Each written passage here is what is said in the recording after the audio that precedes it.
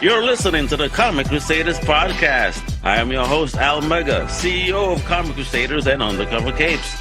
In this show, I'm sitting down with creators from all walks of life to talk about inspiration, process, the lessons they've learned, and a whole lot more.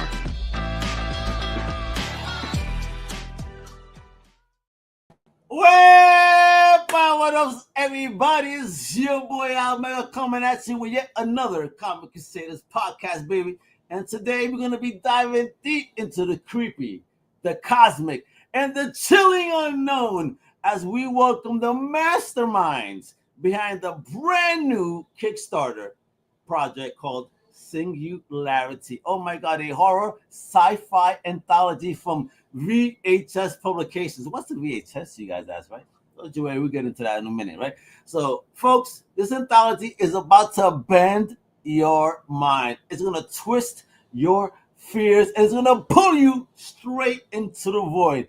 And joining me to break it all down are the dynamic creative duo themselves. Hey, let's bring them in. The ones, the only, the legends about to be made. Phillip B, Vaughan Katy Stone, strapping folks. The lights are about to get crazy right here. Let's go. How you doing? Really good, really good, yeah. Yo, this is what we do, man. Phillip P, Vaughan, we got Katy Stone. We about to talk horror cosmic, and a salute to you. I'm about to light this baby up because we're about to get into one of my favorite themes, horror and all that. But of course, before we even do all that, I need origin stories, man. So I'm going to start with, of course, the lady, Katy. We need an origin story. Where are you originally from? And the most important question you ever be asked in your life. What is the first thing in fandom that you ever fell in love with? I'm from the Lake District in England. And I escaped to Scotland. Escaped. I see what's going on, so I understand. Rick and Morty is probably the first thing that got me into this. I've only been drawing comics for about a year. Yeah. Such a baby. Yo, you're making me feel so old right now. Morty got you in? Holy shit, that's like so new to me. I mean, I used to watch Spider-Woman when I was a kid. But, okay, thank you. Thank you for that, at least. Thank you. So we watched that recently, and it's yeah. We know, we all know what it was, but hey, we enjoyed it while we were kids, you know what I'm saying? It's worth watching when you're drunk, by the way, now. It's a postmodern way. So yeah, I'd recommend it. All right. All this means is that Phillip and Katy will be a good time at the convention near you folks, and we'll find out about that at the end of the show. So, Phil, you tell me your origin story, kiddo. Where you OG from and your first love? So I'm actually from Scotland originally. I live in a place called Dundee. Dundee is what we call the home of comics in the UK. We have a comics publisher that still exists in the city, which has been running since, well, producing comics since the 1930s. So really? Who's that? Wait a minute. School me. Who's that? It's called DC Thompson, not DC Comics, DC Thompson.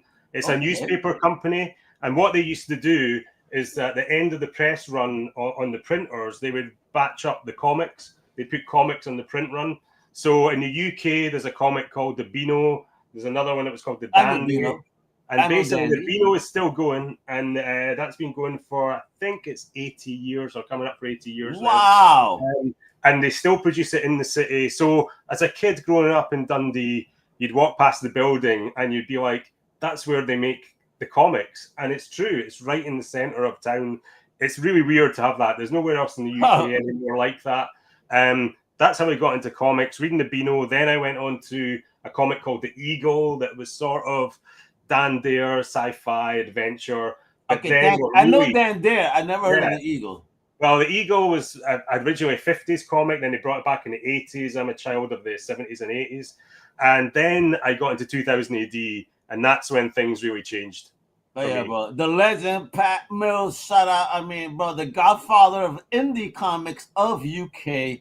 I've spoken to him once. I can't wait to speak to him again because he still keeps working. And he gave me the greatest advice I've ever had when he says, when somebody calls you to ask you about how they want to like work with your brand.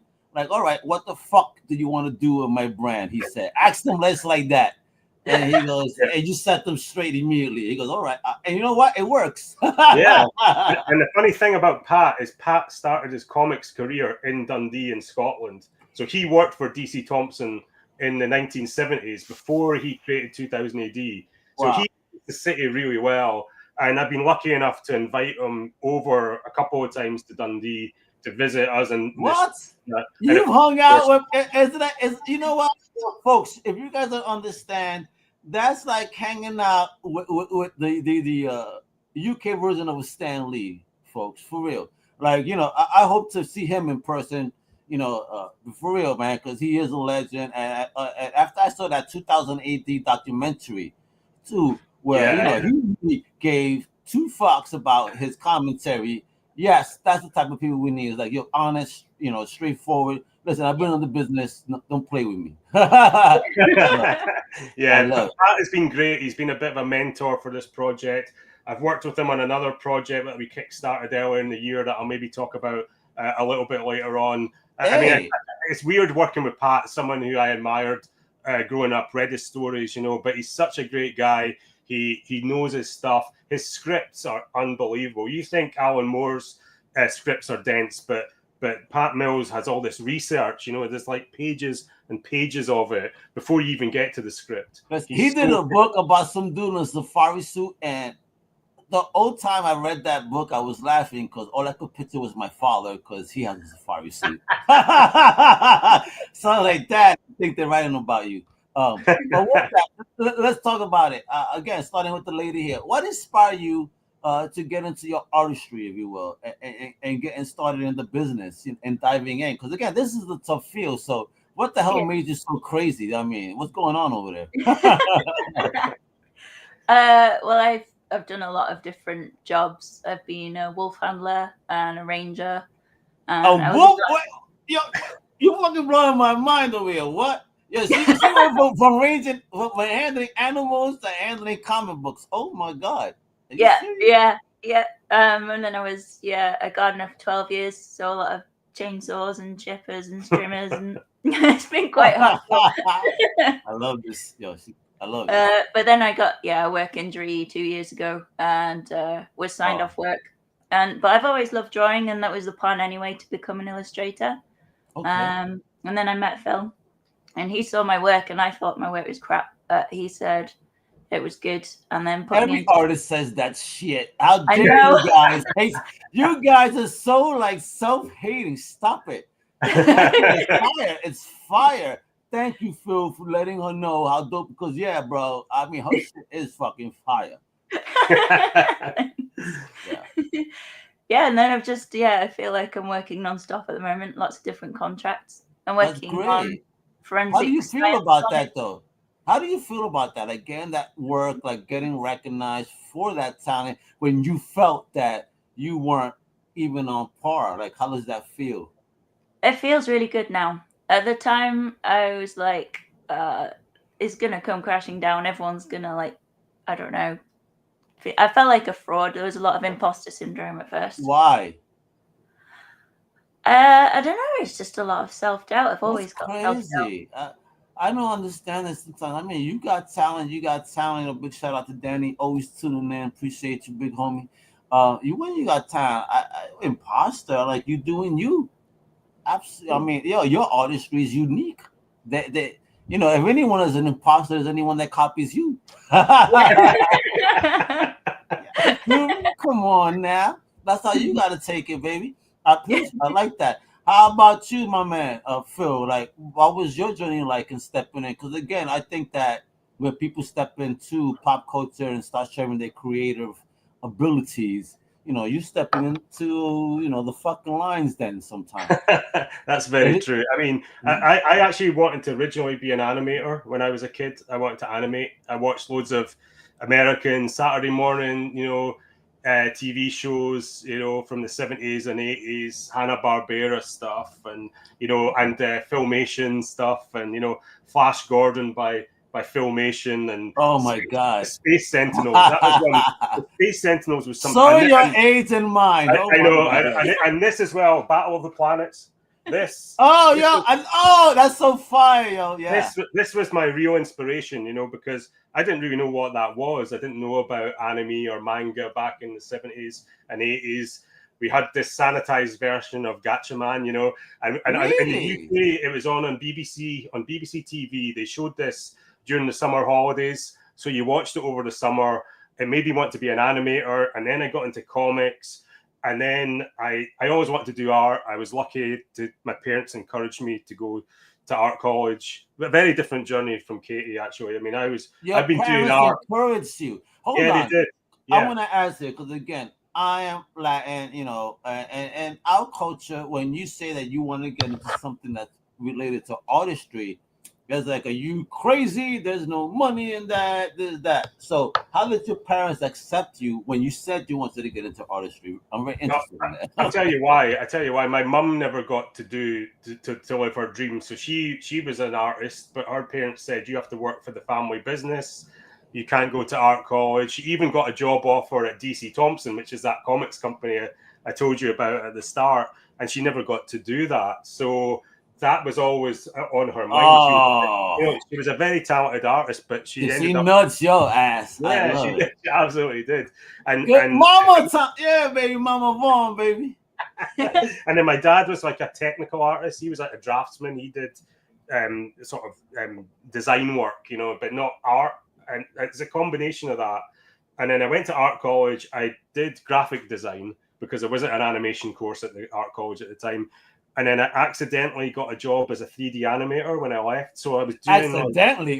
What do you mean accidentally? It wasn't a thing, you know. 3D animation wasn't a job really at that point. It was a brand new thing, you know. And I ended up working on cutscenes. It was what the hell? I don't know. This is the role. I don't know what you're supposed to do. Yeah, exactly. No one knew. The whole company didn't know what we were doing, you know. But we were working on big projects. We were working on, like, we did a Star Trek game. We did cutscenes for that. We did some stuff for IDOS, who did Tomb Raider. We did stuff for I worked with Cam Kennedy, who did the Star Wars Dark Empire books with Tom Veach for Dark Horse. That was amazing. That was living the dream. He was doing concept art for us. And we did lots of really high profile work, but there was something that didn't quite click for me with that. They were trying for photorealism all the time, and I was more interested in kind of stylized artwork. So I was doing comics just as a side gig, and this was like 30 years ago I started doing this, 30 years in the industry next year, which is quite frightening. But so I did that. I did that for 10 years, and it was good up to a point, but then I felt burnt out. You know, a lot of games companies, they went bust on you. You know, they didn't pay you at the end of the month. There was that kind of culture. I met so many talented people though, and a lot of people who were comic creators who moved into video games because they thought there was more money there. But it turns out it's a similar industry. You know, creative industry. Sometimes it's tough. You know, and then I ended up teaching, which again was an accident. You know, that was another weird thing that this happened. So I ended up teaching at the art college I went to, graphic design. And eventually, after meeting a colleague called Chris Murray, who does a comics course at Dundee University, we set up a comics course together at the university.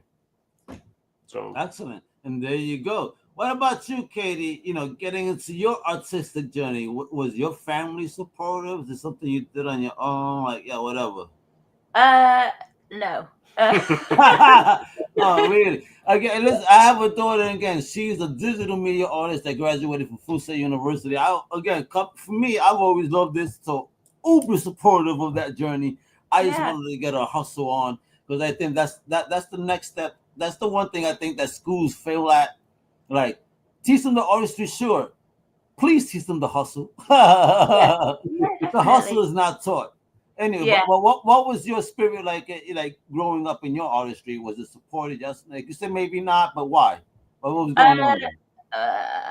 My family weren't very nice, so I've cut them out and changed my name. But they actively didn't like anything like that. Everything was supposed to be how they wanted it, and It's quite disappointing. And then I went to school, and my art teacher gave me a D, which is pretty bad because you know what D meant though? Dope.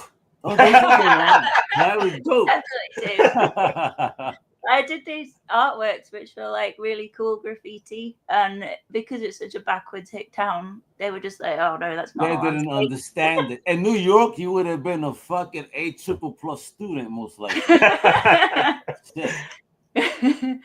Yeah, so then I went and did my degree in conservation biology and got a job gardening. But then on the side, I started drawing designs for scarves and ties. So that sort of got picked up by Universal Studios and MTV and the British Museum. Got picked up? How? What the fuck? How? What was that? You see, making it so natural. I just got picked up. Like, what was that conversation like? Did you even believe it? Like when it happened? Like, no, I was out absolutely covered in mud from gardening, and I was getting emails from like the British Museum saying we've seen your stuff on Etsy. We want you to do our exhibition and fill our shop. And I was like, this has to be. And then an email from Universal Music saying, can you supply the prizes for the Brit Awards with your stuff? Because it was all silk scarves and ties, the sugar skulls on and cassette tapes and stuff. And it went a bit mental, and then I was supposed to have my stuff in Macy's in New York, and then COVID hit, and that was the end of it. I think COVID, I keep hearing listen, I don't know if this was on purpose or what happened, but I think that so many great things were about to pop off when the F and C word happened. Yeah.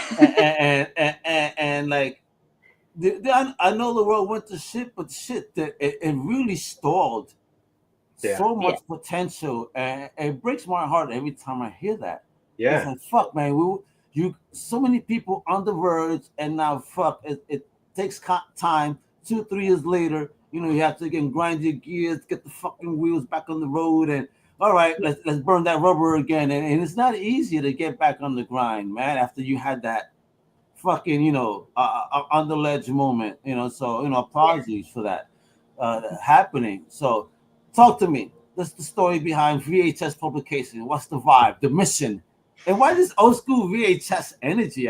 Because again, oh man, look who you're looking at. I got mad tapes on my rack right now. I got the whole Friday the 13th series on videotape. Brilliant.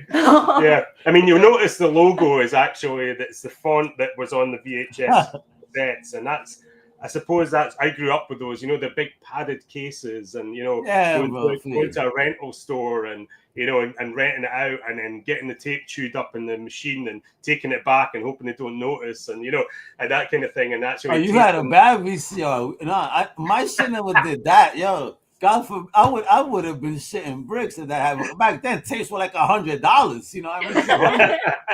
Well, I mean, the thing is that Betamax was the better format, ultimately, but it never won. Never won the race. But everyone in industry for filming work, they were using Digibeta and Betamax. It was better, but for some reason, it never actually took off. And folks, please hold up. Folks, please look up. VHS was the U.S. Americans, but Betamax was right before. They were challenging, they were trying, and they were just a very smaller version, one reel type of John of a VCR tape. I thought it was dope too because it was smaller, space saving, but it just didn't take, man. No. So and actually, VHS was the poorer format. Actually, even visually, it wasn't as good. But for some reason, it took off. And I kind of miss those days of of waiting for the release of a film and going to the shop and rewind it. Yeah, having to rewind it as well. Yeah. Be kind, rewind. Guys, I mean, you're so right. Because imagine, like right now, I think what you're talking about, this is a perfect example of what I'm about to display. Superman just came out. All of a sudden, not even 2 months, whatever. It's already going to be available, streaming. Yeah. But I mean, we used to suffer back in the day. A movie would come out in the theater. It would actually last 3, 4, 6 months even. Yeah. And then from the point of ending, you have to wait almost another year before it got onto tape. Yeah. and then once it got onto tape, maybe another 6 to 8 months before it got into HBO or WHT. Back in the day, so we were suffering, like hey, we had to, where's the bootlegs at, The other thing I remember is, pan and scan. So you'd have the film, widescreen, beautiful looking shots, composition, and then on TV you'd have this horror and video. You'd have this horrible pan and scan where they cut in and they'd move the camera around the frame, and it always looked shit. I think the worst examples of that are the James Bond films. They're just terrible to watch on TV. Well, they were in the 80s. 70s and 80s, but now when you see them remastered, widescreen, the right way, they look amazing, because that's the way they were meant to be seen. I get it, man. I mean, people, you're spoiled now. That's what we're saying. Stop it. Yeah, don't get me started on binge watching. You know what I mean? But what? We're about to get you spoiled on your next addiction. And it is called Singularity, folks. So, I'm about to show off the Kickstarter and the trailer, but for those that don't know, before I even showed up, I wanted to come from the mouths of the creators, all right? For those who haven't seen the Kickstarter yet that I'm about to show off, how would you pitch Singularity in one mind-blowing sentence? Wow. Okay. I think it's a sci-fi horror meld of, fantasy, fiction, dark humor. Hopefully traumatizing. Yeah. Hopefully. Oh my God, you're trying to break my heart. She wants to hurt my feelings over here. Katy Stone, because she's stone cold, baby. Oh my God, I love it. Let's go. I'm digging it. I am digging it. I'm digging this energy right now. Folks, look at this campaign. First of all, before I play the video, let's just talk about what's going on in the campaign. Folks, my people, these amazing independent creators are looking for a goal of $4,052. They are currently at $3,659. And folks, we only have 4 days to go. Cuatro. And tomorrow is a Friday, so I know the payday don't be messing around. Some of you got paid yesterday too, so I'm gonna be playing around. Make it rain. We have 156 backers. A big old salute. Blessed to you guys for supporting indie. And now let's go and present why you guys need to support this today. Let's go, baby.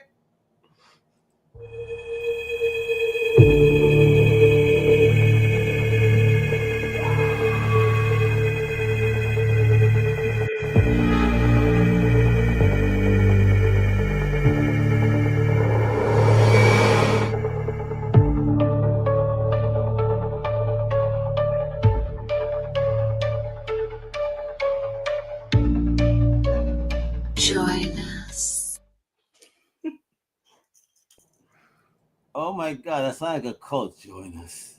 Yeah. You're trying to scare me? What is going on here? You're scaring the shit out of me. First of all, the artistry looks amazing. The coloring, everything, the design, that promo, very mysterious and intriguing. So good job on that. And let's get into it. Holy fuck, this cover.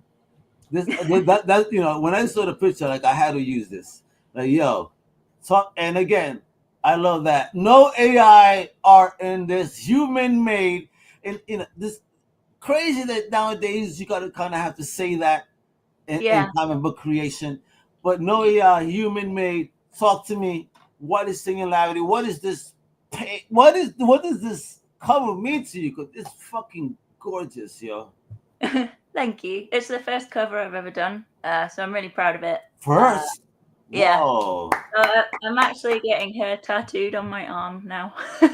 Oh, wait a minute. I gotta bring that up.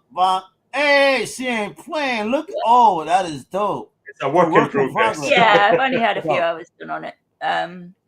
She, ironically, is the editor of Singularity. And she is artificial intelligence. So we're just spinning it on itself. That's it. Dope. It looks great. This looks fantastic. I mean, look at this. So, what's the inspiration behind the art and then the story? Like, what came first? Was it the story, then the art, the story? Like, how did you guys meet and come up with it together? Like, what was going on? The stories have come. I need the promance. What was the promance like? Well, I could tell you where the actual whole concept came from, because I think it's quite funny, because we were at New York Comic Con last year, and on the Saturday night we got invited along to the Marvel party that's in this Scottish bar, which is actually an Irish bar, but that's a different story. So we got invited along to that, and to be honest with you, it was quite a tiring day. We didn't really want to go to that party, so we decided to stay in a hotel bar, and we had a few drinks, and we had some sketchbooks and notepads, and we came up with this idea, Singularity, and we started to kind of come up with the concepts and ideas for the stories. So like Katie said, it was the name, and in the stories and in the tone of it, it was horror, sci-fi, it was weird, it was disturbing, it was edgy, you know. And man, what were you guys drinking? Because you like disturbing and edgy. What were you guys on? Jeez, I love this. Daiquiris. Daiquiri, the dangerous folks. Now you know when they're gonna inspire, get a daiquiri. Whereby you're gonna be dangerous again. Look at what it'll inspire you to do. Look at this. Look at those eyes, yo. I think as well we were pretty inspired by horror films. I love 80s horror. Yeah, 80s horror. Really? Yeah. Katie, tell me your favorite 80s horror. The Thing. High five. I used to watch this as a kid on TV, and then once I got to see it on videotape, finally uncut, I was like, "Oh my god!" It's even more terrifying, because as a kid, when I saw that motherfucker's head start walking around with the legs, that scared the shit out of me. I mean, one of the few movies as a kid that scared the shit out of me. I'll be honest. You know what I mean? So I hopefully this is what you guys are aiming for. I mean, look at this. Look at this book. Look at the colorings. I mean, and look at this. I mean, I remember ladies in the hood, my Puerto Rican ladies looking in the hood, like we call rolos. We say this in Spanish. They have rolos in their hair. And listen, when mommy come out with rolos in their hair, and a belt, listen, it's dangerous. But these mommies got guns. I ain't playing. This is fuck with their hairdo. This is a great story. I think you should explain the pitch of this. Tell me what's going on here. Tell me, please. Because I was in San Diego, and I happened to see a whole clan of B authors from the Golden Girls. Exactly. So it's like, what are you telling me here, bro? Yeah, it's the Golden Girls meets Mars Attacks. Oh my God. Yeah. Oh, now I see Sophia. Oh, okay. Oh, yes. I need this on a fucking t-shirt like right now. Yeah, definitely. I was getting my hair done and I had my foils in, and I was like, I'd be protected right now if the aliens came down and were controlling people. And then I love it. Katie is doing her hair. She looked herself in the mirror and said, "Oh shit! If aliens came." Did you say this out loud? I hope not, because your hairdresser must have been like, "You what? Excuse me." I did say it to my hairdresser, and she has moved to Australia. So I don't know if that's connected. I love it, but what a good looking book. And let's talk about what we got going out here, all right? So obviously, I've got to say it in American dollars, right? So listen, I love it. So of course, per usual, folks, for less than a cup of coffee, you could support an indie creator for just $1. Got $1 to pledge. Just throw it out there. Why not? Just to show love. Because again, these people are putting their souls out there. They're awesome creations. But if you want to get out there and get yourself a nice digital copy to read, you know what I mean? It starts at $5. You know what I mean? But then, when you want to smell the ink, baby, and touch that book, and really appreciate that art, you know what I mean? That Katie got going on, that wonderful writing by my big homie Phil, right here for $14, you get 32 pages. I repeat, 32 pages of original horror sci-fi stories. Talk to me about those horror sci-fi stories, guys. Talk to me. Like what we got? Entice us. Why we need this? Because I love horror. Halloween is right around the corner, baby. Yeah. Oh, you guys do so well as well. So we do actually have 36 pages because we couldn't. 36. Oh my God! Well, ding, ding, ding! Even bigger. It's even bigger, folks. Look at this. We tried to cut things out, but we've got too many ideas. And if you're not into horror, we do actually have a really tiny section somewhere that's like a little puzzle that's fun with seagulls. Hey, if you want puzzles, folks, you got that too. But you better read the Evan book. That's all I'm saying. Cause it's horror. There's the type of stuff we need. And listen, you don't only get the print, but it includes the PDF in case you don't want to put your fingerprint and smell the ink. But I suggest you do, because again, that's what comic books are for. All right. You could even get a collector's edition. So talk to me. A foil cover? What are we talking about? Yeah, well, funnily enough, we're just doing the mock-up of that today, actually, this afternoon. So yeah, we've got a really nice finish on the cover, up on Katie's artwork. Really nice effect of a kind of foil, silver foil cover there, which looks fantastic. And actually, maybe just talking a little bit about the stories as well. They're kind of a mixture of like one and dones, kind of Tales from the Crypt type of things. And yes, thank you. Story. Yeah. There's a bit of a mix there. So some of them are ongoing, some of them are one and done, and some of them are 1 page and done. So that's a kind of format we want to try, where it's just telling stories nice. in a 9-panel grid, and it's done and dusted in 1 page. That's something we want to experiment with again, and we've had some fun coming up with some mad concepts for that as well. In fact, I think it's very missed, Phil. I think you're going to hit on something that these youngins don't know about. I miss those. I used to get those, or the Crypt of Shadows, Vault of Fear, shit like that. You know what I mean? And like reading those one and done short stories, you get 4, 5 stories sometimes. Sometimes you get, like you said, those 9-panel one and doners, and like, what the fuck? None of them were continuing, but it was like they're all horrifying and ended fucked up, and they were great, and I loved it. Yeah. I mean, there's a bit of an EC feel, there's a bit of EC. Yes. There's a bit of I think there's a bit of British comic sensibility as well. There was a comic in the UK. I don't know if I don't really think it made it across the pond, to be honest, but it was called Scream, and it was done by the same. I know people. Scream. Yes, Scream. I'm very familiar. 2000 AD people, the same publisher, and it wasn't as edgy as EC. It wasn't as dark, but they tried to get away with a lot. They put a lot of it under the radar for the kids, and it only lasted 15 issues, and then they shit canned it because it was too edgy for them. They're like, wait a minute, what the F are you doing, guys? Jesus Christ, you know what I mean? But that's comic books, man. They were edgy. This is why the Comics Code Authority happened in the States too. You were getting towards it, people's heads cut off, and they were feeling the type of way about it. But I mean, we didn't have that in the UK, and I think that, let's face it, the 2 people who broke the Comics Code first, as far as I can tell, were Alan Moore on Swamp Thing and Kev O'Neill on. I actually can't remember what he's working on, but I heard a story, and I think it might have been Pat who told us this, that basically the objection to Kev O'Neill's work in America and the Comics Code wasn't a specific story or image; it was his whole style. His whole style was deemed as offensive, So basically. Which I think is a brilliant story, But really, Alan Moore broke it on Swamp Thing. I can't remember a specific issue, but that's when things started to change. No, I remember I had the Swamp Thing issue when he broke in. I saw my collection that was in there, and iconic issue. But he made big changes, brought something different and new, and that's when comics really started changing, getting darker. You know what I mean?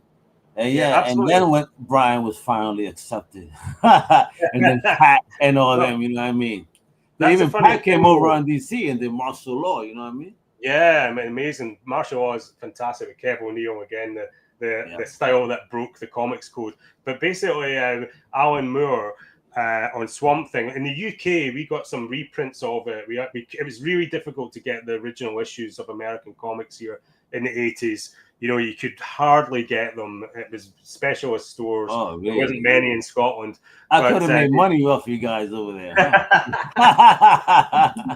Probably. And basically what happened was they did a reprint of Swamp Thing, which I remember getting probably around about 1990, actually.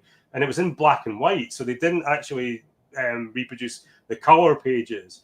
And for some reason, for me, that worked even better. And that's a bit of the influence of where some of my arts come from in the book. And by the way, what we've also done in the book with the art is we've swapped the art back and forward. We've got some other creators in on it, which I could talk about in a bit. But what's happened is I've penciled one story, Katie's inked it. Katie penciled one story, I inked it. We've got two other fantastic creators in issue 1. We've got Dan Harris and a guy called Mark Brown as well. And we're going to just keep opening it up. How'd you connect with those folks? Talk about those romances. How'd you build this army that has built this beautiful book?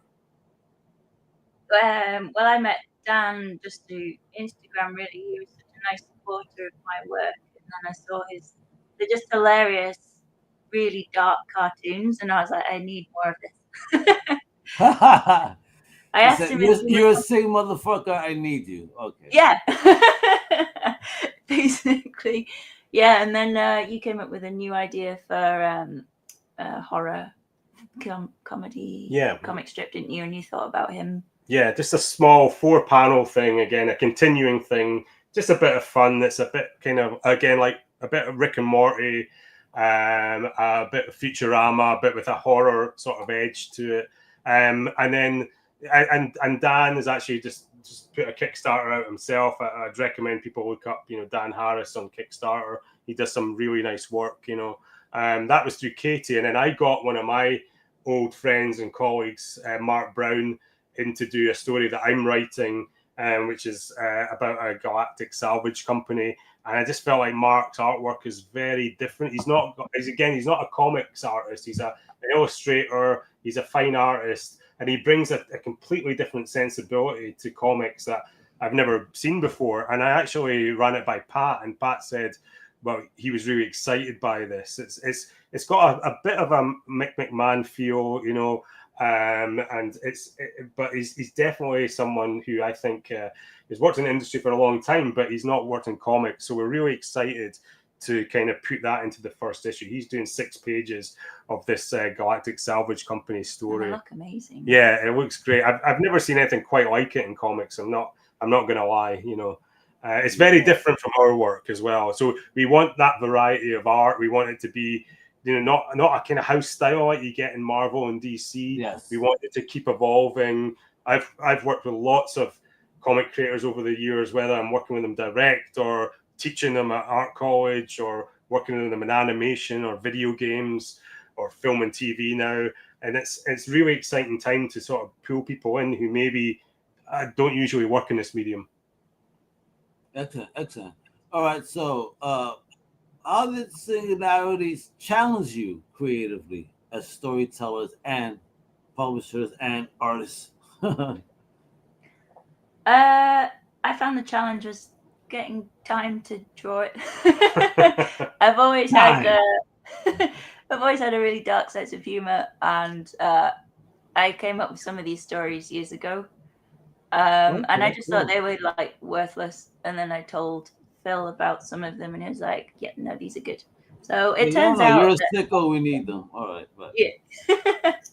Turns out all those horror films have sort of seeped their way in.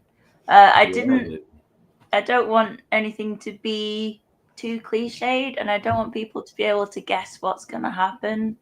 I want it to be something new, but also something that could happen.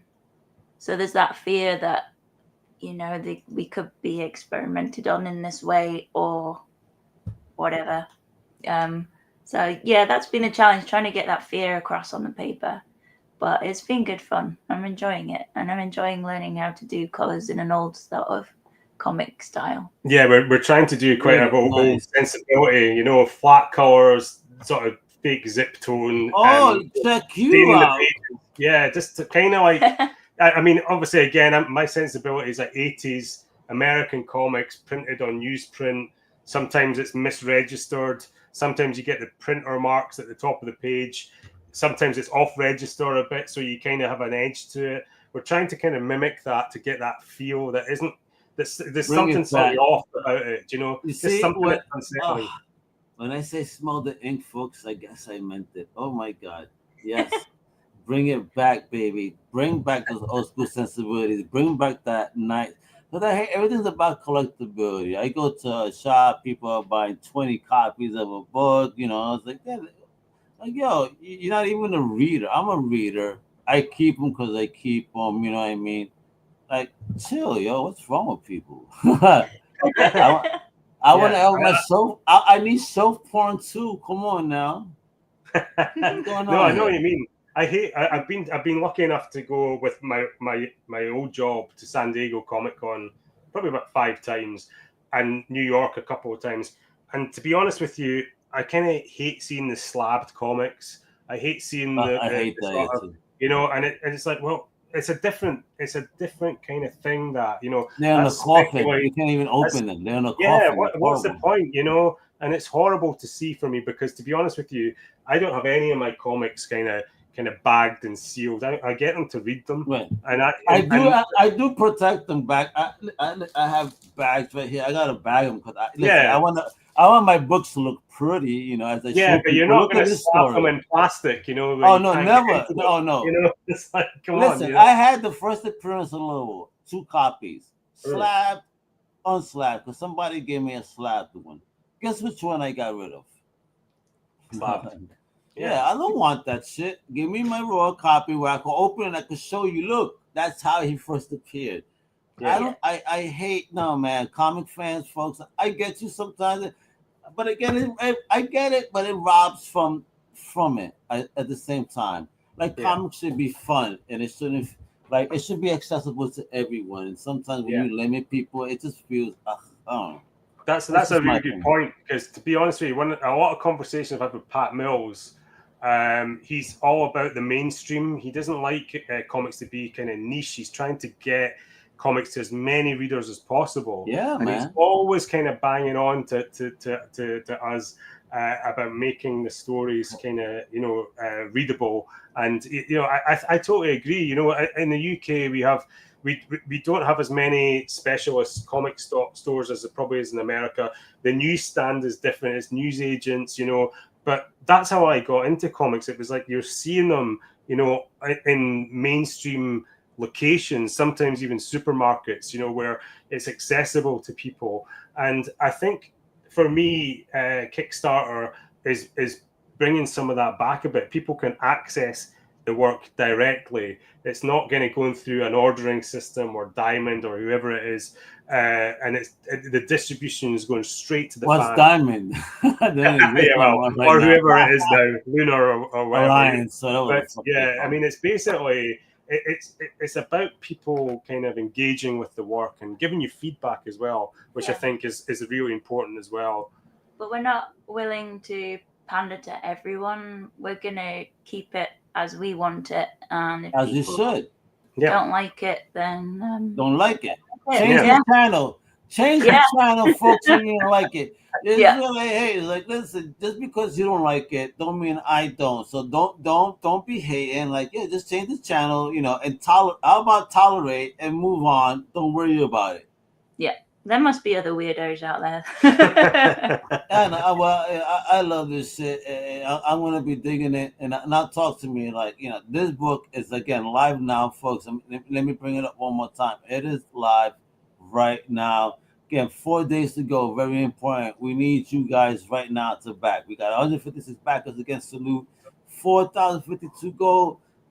We are 3,600. We're very, very close. Oh my God! So let's make it happen tonight. All right.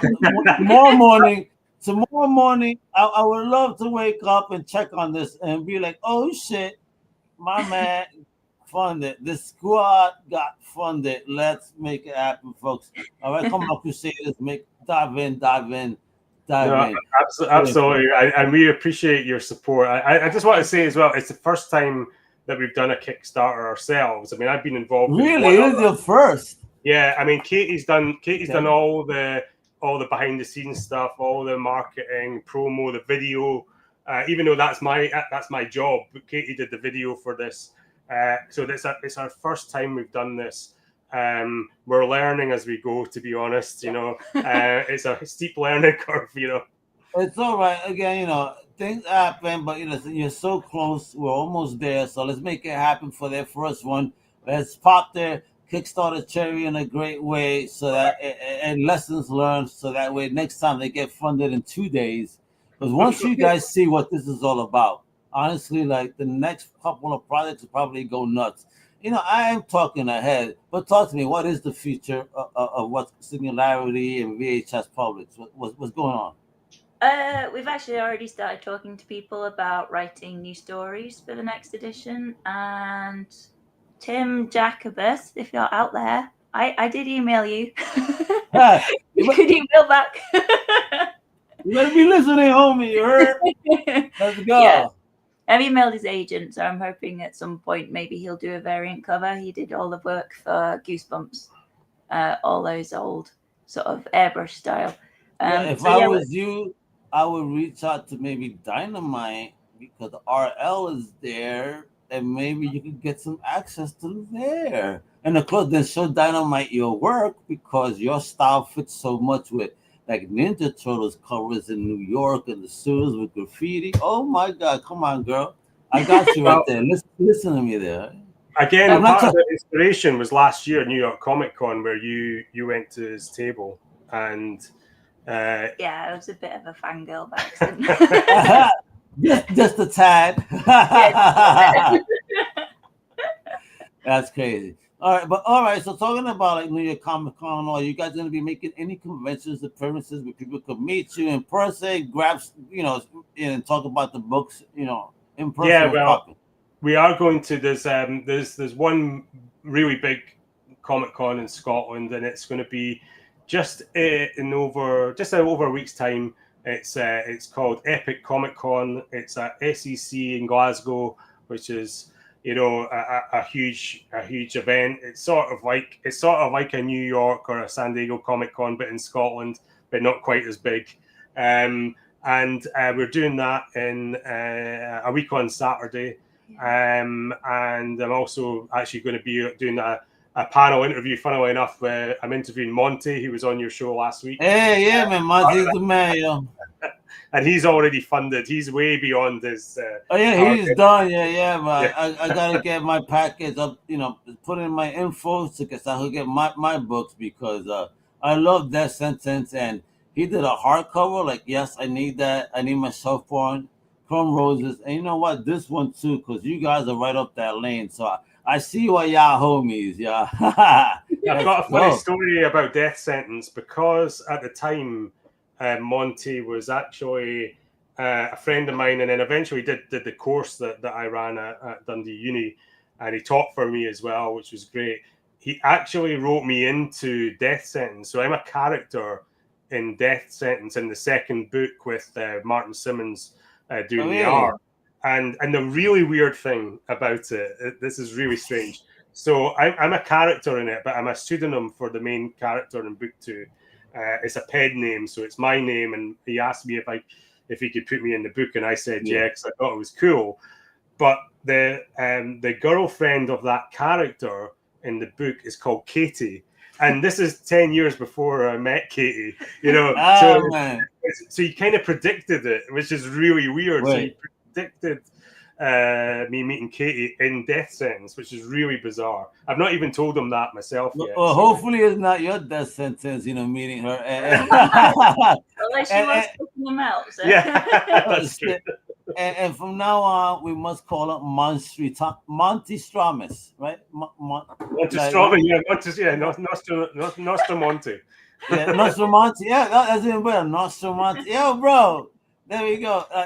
Nostramonte, when am I meeting my girl then? Let me know. That's my shorty's name, so I could be looking and be aware. So that's the most imminent show.